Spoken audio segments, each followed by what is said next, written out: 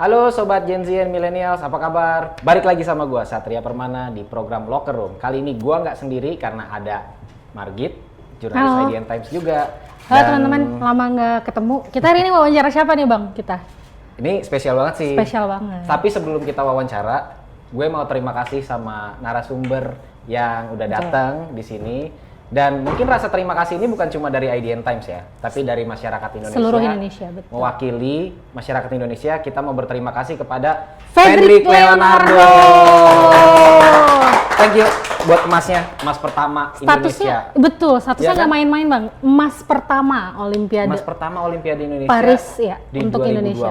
Betul. Terus emas pertama juga di luar cabang bulu tangkis. Betul. Nah, kita Keren. Tapi dari awal sih emang kita udah nyangka Fredrik dapat emas ya. Tapi waktu itu memang ada targetnya dari FPTI, katanya sih podium doang. Cuma kalau masa sih sekelas Fredrik nggak dapat emas? Masa iya Ya, benar. dapat emas juga kan akhirnya kan.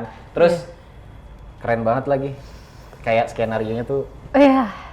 comeback-nya tuh. Benar. Dan sebenarnya comeback-nya tuh nggak cuman di lapangan loh Bang. Karena Fredrik ini kalau diikutin dari kualifikasi Olimpiade Paris, sebenarnya jalannya agak kayak berat ya, ya nggak sih Kak? Dari Budapest sampai, itu nanti kita omongin deh. Kita omongin ya. Kita obrolin. Tapi mungkin sebelumnya pertama-tama boleh dipamerin dulu kali Kak, medalinya. Ada nggak medalinya? Di bawah. Pengen lihat kita emas Olimpiade tuh kayak apa? Wih, berkilau sekali ya teman-teman. Gua nggak berani megang. Ya coba. Pamali. Jadi boleh dikasih lihat ke sebelah sana Kak. kalau medali ini kayak belakang. simbol dari apa ya? Simbol dari kerja keras, simbol dari kemampuan, talenta, kualitas, itu semuanya ada di sinilah gitu. Gimana?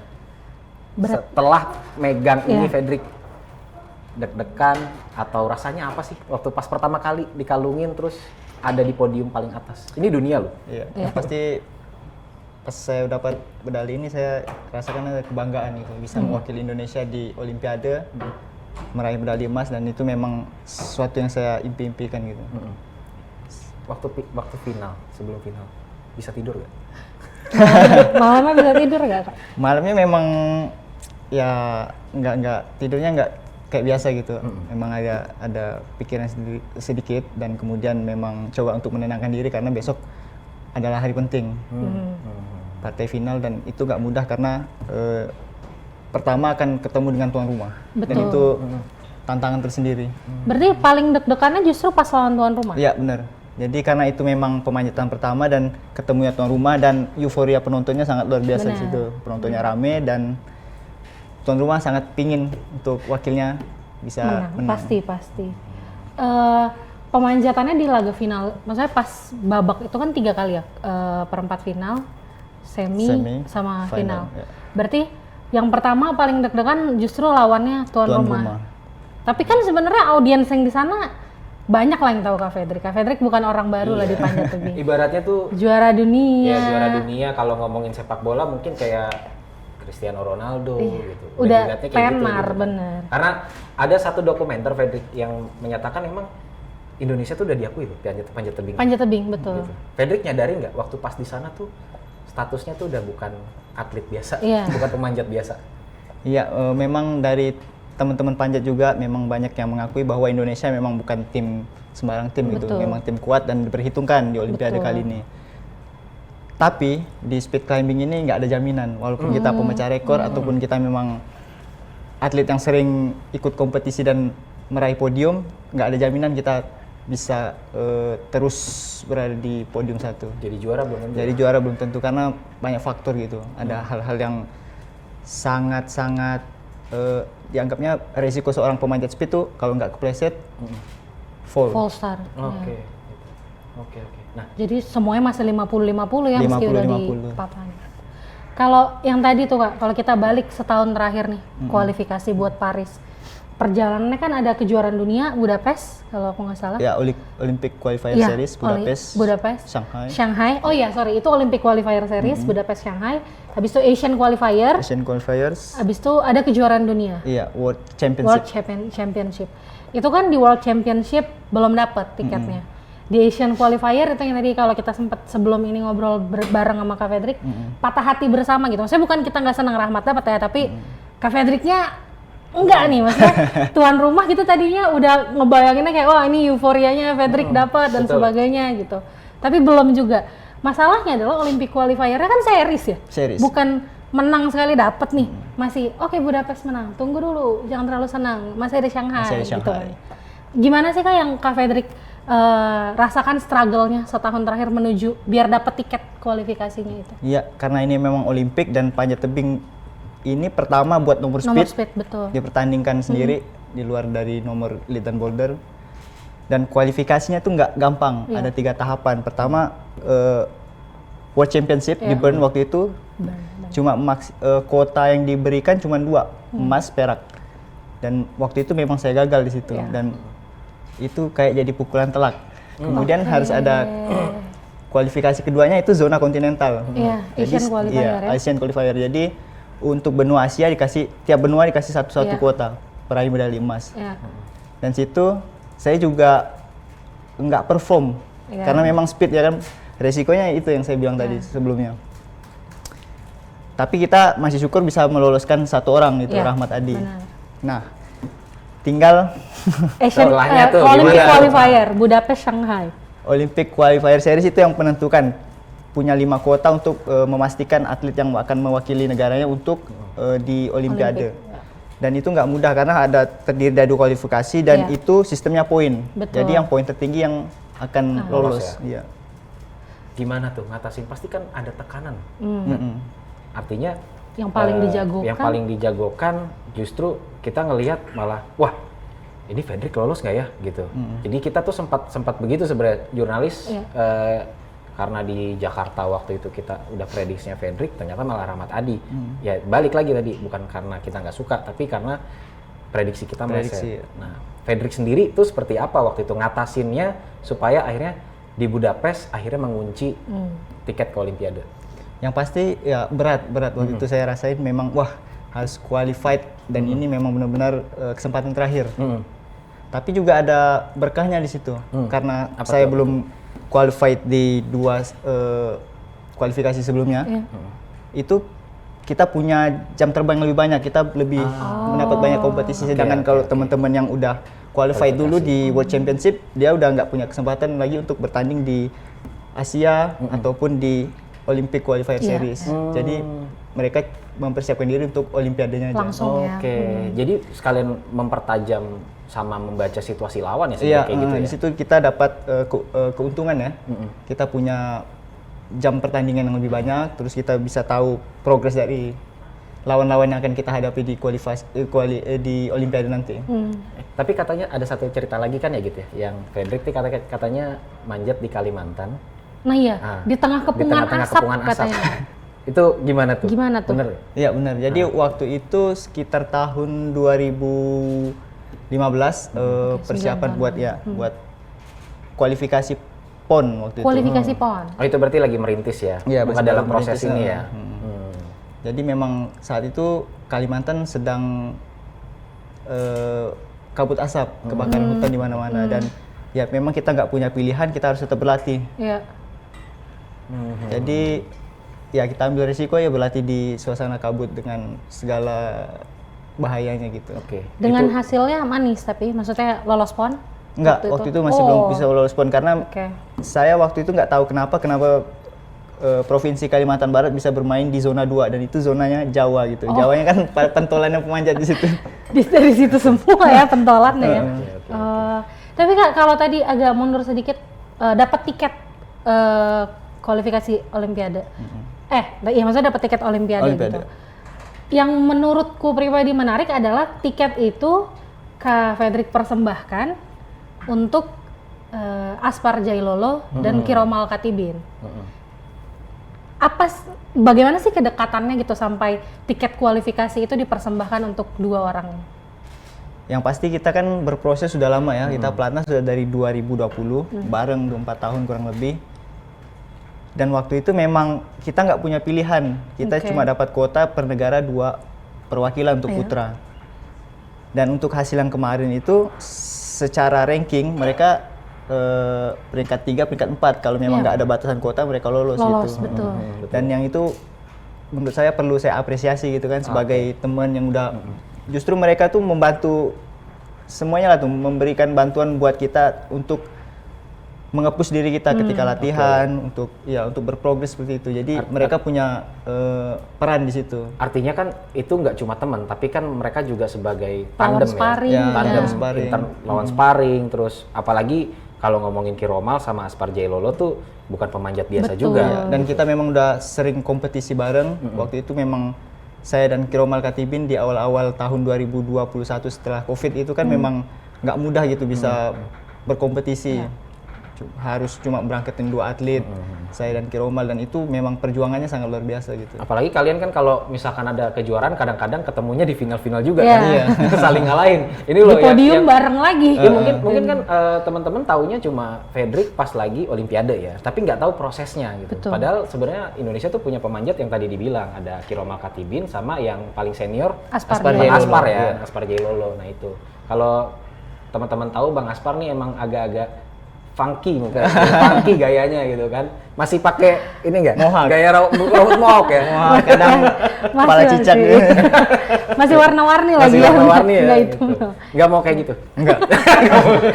Jadi Bang Aspar tuh emang unik, jadi setiap World Cup dia pasti ganti warna rambut gitu. atau potongan rambut. Iya. Jadi Oke. ikonik lah kalau untuk Ikonik, speed ya. kan. Kalau Fredrik ada kebiasaannya nggak? Setiap Piala Dunia atau setiap World Cup atau World Champ? Mau turnamen gitu. Kalau Bang Aspar kan ganti warna rambut. Kalau saya sih enggak, biasa aja. Biasa aja.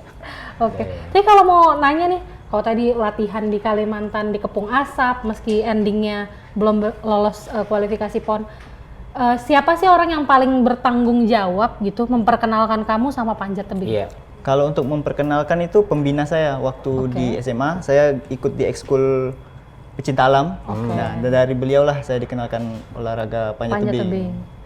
Itu kalau pecinta alam kan biasanya kan sorry ya, kalau SMA dulu kalau gue tuh taunya kita cuma manjat biasa, terus juga naik gunung cuma biasa. Iya. Nah itu udah dikenalin sama speed. Karena jujur ya, mungkin kita agak beda generasi, agak beda gap usia yang agak jauh. Kalau buat gue di generasi gue tuh lagi yang memang lebih banyak sepak bola atau bela diri atau volley lah. Gitu. Itu waktu itu panjat tebing, kenapa Fredrik ambil panjat tebing? Panjat tebing ya karena memang waktu itu kenalnya panjat tebing. Kalau untuk bola dan kayak olahraga yang lain gitu memang saya kurang menguasai. Jadi mau coba di olahraga yang baru, dan memang waktu itu komunitasnya seru banget gitu. Oke. Dan kegiatannya kan kayak lebih ke adventure waktu itu, belum ke arah sport climbingnya. Jadi ya buat kayak hobi aja waktu itu.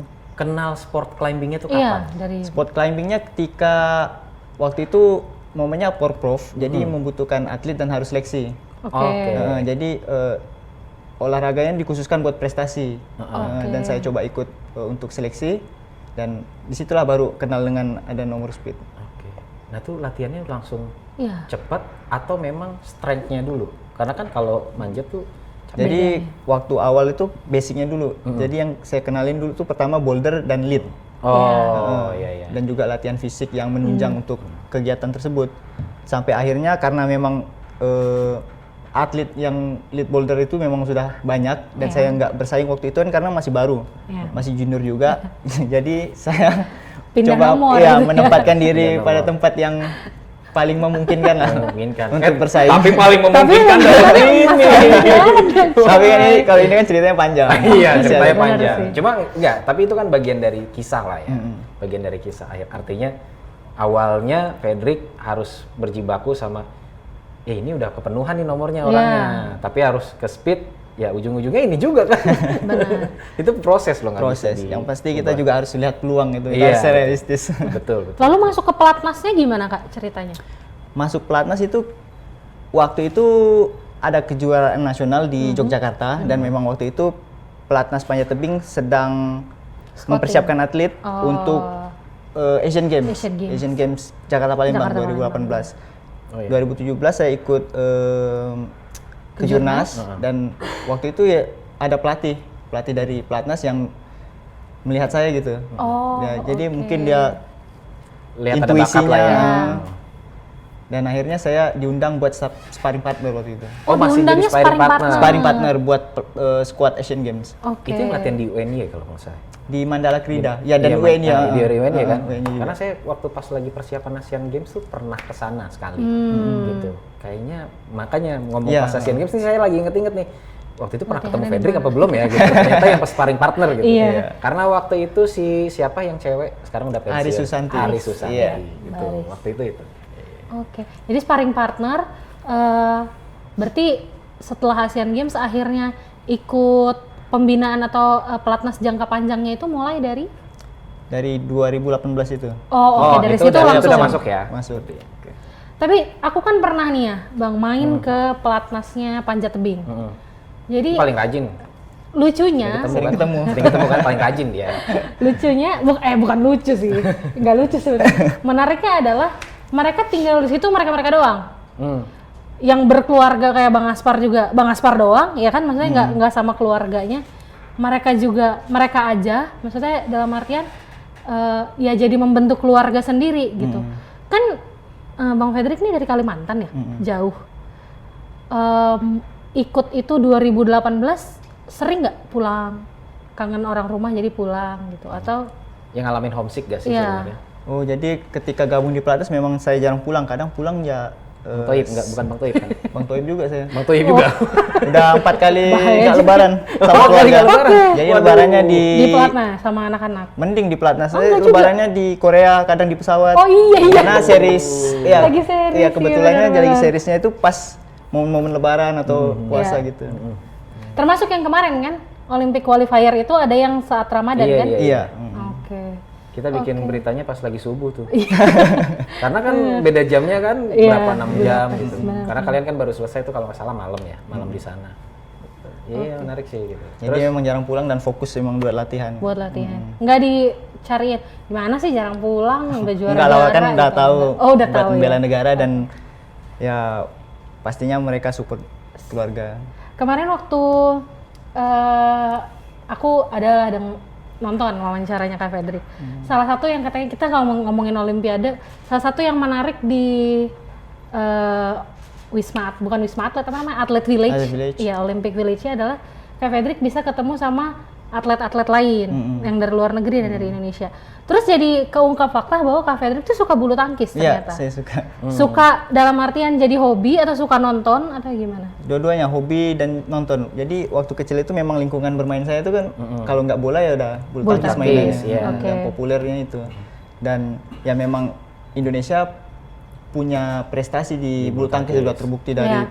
beberapa puluh tahun. Memang mereka yang menyumbangkan medali emas punya kontribusi buat olahraga Indonesia dan itu sangat menginspirasi. Nggak pernah saya. pengen Jadi pemain atlet? bulu tangkis gitu.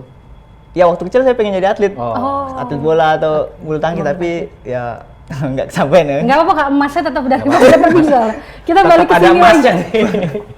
Baliknya kita tetap ke sini lagi. Tapi ngomong gini ya Fedrik, karirnya kan merasa udah sempurna belum sih?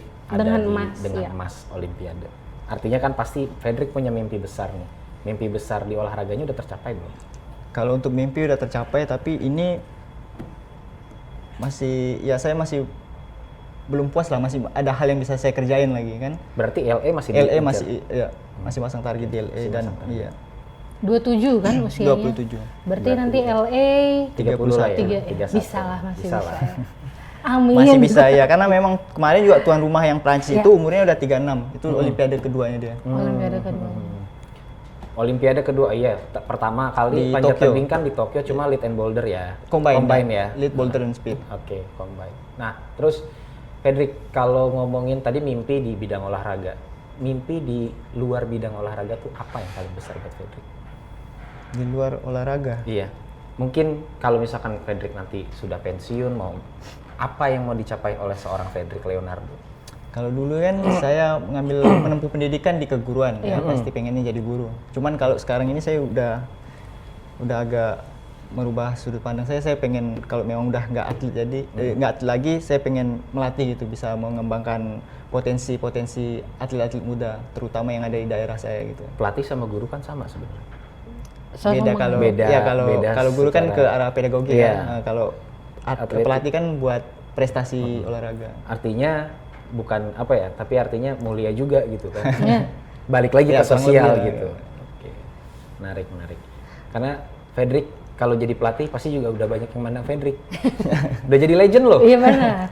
Soalnya udah balik lagi dapat Balik lagi. emas Olimpiadanya. Gini, apa ya? Olimpiade, pesta olahraga terbesar, satu pencapaian atlet paling besar. Iya. Akan mengubah Fedrik. Fedrik akan Secara seperti personal. apa? Secara personal. Iya. Karena kalau kita tadi kita udah sempat keliling IDN ya sama Fedrik, tapi Fedrik tetap menjadi Fedrik yang Super humble. Super humble gitu. Sangat-sangat. Gitu sih. Sebenarnya Olimpiade ini bukan suatu pencapaian bahwa kita menunjukkan bahwa kita ini hebat. Sebenarnya ini lebih ke spiritnya gitu. Oke. Kita bisa bawa sportivitas, nggak cuma di pertandingan tapi juga di luar gitu. Kita harus menunjukkan bahwa kita memang pantas sebagai Olimpiad dan juga sebagai gold medalist. Kita harus bisa menunjukkan di masyarakat gitu.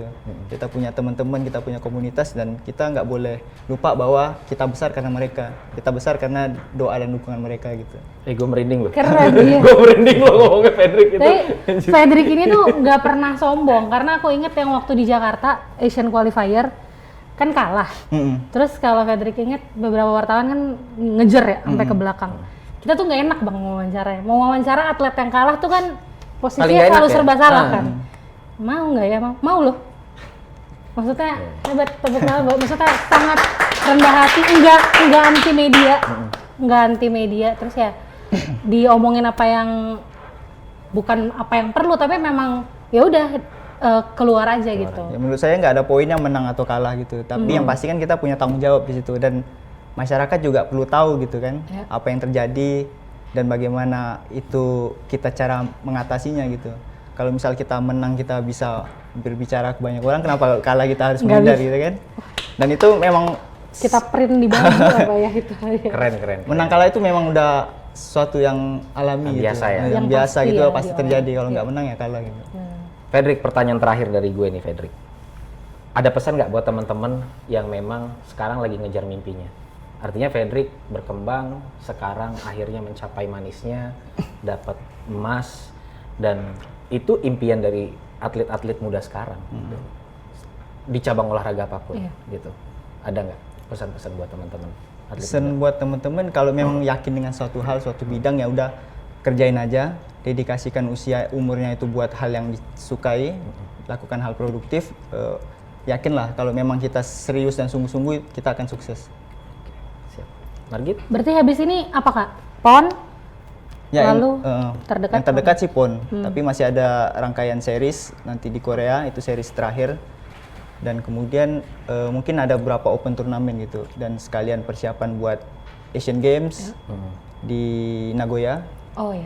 2025, dan ya pasti kualifikasi Olimpiade 2 tahun ke depan buat LA 2028. Kesannya masih jauh, tapi ternyata kalau buat atlet jadwalnya Cepet udah, ya? sudah sangat Iya, tepat ya. ya. iya.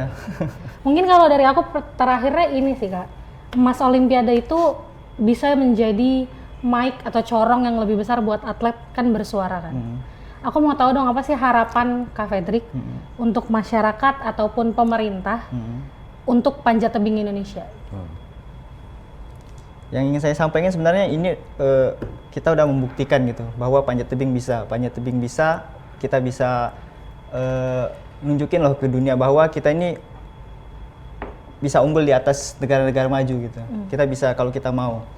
Dan pastinya harapannya ini nggak berhenti cuma sampai di saya gitu. Ada penerusnya, ada yang bisa melanjutkan mungkin tradisi medali gitu buat Indonesia di Olimpiade khusus nomor panjat tebing.